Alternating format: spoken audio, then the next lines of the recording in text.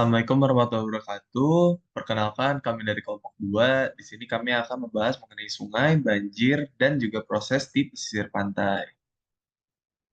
Sebelumnya, perkenalkan kelompok kami. Di sini saya Muhammad Rafi Pratama Ruslan dengan NPM 21067260111.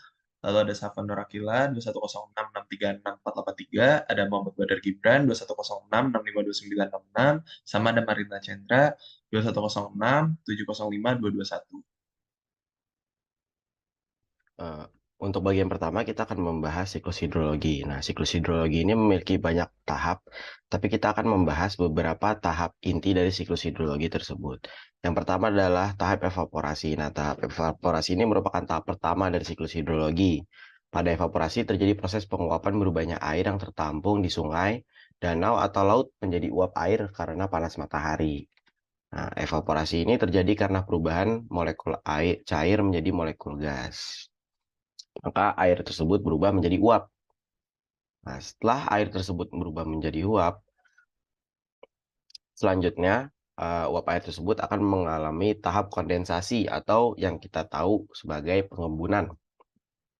Pada tahap ini, air yang telah menguap tadi akan berubah menjadi partikel es. Nah, partikel es yang dihasilkan sendiri itu sangat kecil dan berbentuk dikarenakan suhu dingin pada ketinggian atmosfer bagian atas. Partikel es sendiri kemudian berubah menjadi awan hingga semakin banyak jumlah partikel esnya, awan kemudian semakin berwarna hitam. Nah, pada pembentukan awan ini sendiri, dia akan mencapai titik jenuh ketika penambahan uap airnya sudah terlalu banyak. Jadi semakin banyak uap air yang terbentuk di atmosfer, maka tetesan air yang ada di awan akan semakin banyak dan semakin berat.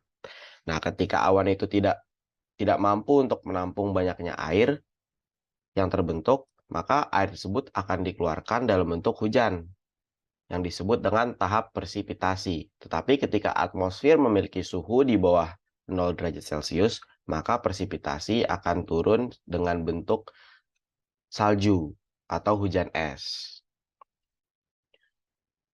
Tahap selanjutnya merupakan runoff. Pada tahap runoff ini, eh, hujan yang jatuh ke permukaan bumi dan terjadi di wilayah dataran tinggi. Jadi ketika ketika air sudah jatuh ke permukaan bumi dan mengalir dari permukaan yang tinggi ke permukaan rendah, tahap tersebut disebut dengan runoff. Hal ini menyebabkan air mengalir ke daratan yang lebih rendah, sehingga proses runoff dapat diartikan juga dengan proses bergeraknya air.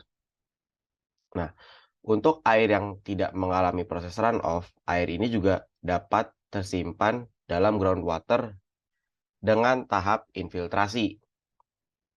Nah, jadi infiltrasi itu apa? Infiltrasi itu proses air yang masuk ke dalam tanah. Tahap ini tuh jadi faktor pada siklus hidrologi dan sangat berperan penting saat mendistribusi air hujan. Maka dari itu, tahap ini sangat sangat memberikan pengaruh kepada permukaan, erosi, banjir, ketersediaan air, dan lainnya. Nah, infiltrasi ini pada umumnya diberi pengaruh oleh beragam vegetasi dan sifat tanah. Jadi ada sifat tanah yang bisa menyerap air, ada juga yang enggak. Dan beragam vegetasi juga mempengaruhi proses infiltrasi tersebut. Maka dari itu, tahapan infiltrasi ini sangat berkaitan dengan ketersediaan groundwater itu sendiri. Tuh. Selanjutnya adalah sungai. Kenapa sih keberadaan sungai ini krusial dan kenapa kita harus ngebahas? Yang pertama karena sungai adalah komponen bentang alam paling umum di Indonesia. Bahkan hari ini hadir di bawah permukaan air laut dan belum dipelajari secara intensif. Yang kedua, sungai ada di mana-mana, bahkan berperan aktif dalam membentuk rupa bentang alam lainnya. Dan yang paling penting adalah karena sungai eh, membentuk banyak bencana alam atau biasanya disebut juga dengan bencana alam fluviatik yang melanda di Indonesia. Contohnya itu kayak banjir pada ibu kota yang terjadi akibat luapan air sungai yang udah jadi pembahasan tahunan ketika memasuki musim hujan gitu. Nah, untuk sungai sendiri itu memiliki beberapa zona atau bagian. Dibagi menjadi headwater, transfer zone, dan depositional zone. Pada headwater ini atau biasa kita sebut aliran hulu, dia tuh mengalir pada lereng gunung yang curam atau memiliki kemiringan yang sangat tinggi dan memiliki lembah yang berbentuk V. Biasanya tuh pada zona ini memiliki air terjun dan arusnya sangat kencang. Pada zona selanjutnya yaitu transfer zone. Aliran ini tuh mengalir pada ketinggian yang lebih rendah dari zona sebelumnya dan mengalir ke bawah lereng yang landai. Nah, biasanya memiliki lembah yang udah mulai melebar dan sudah mulai berkelok atau meandering.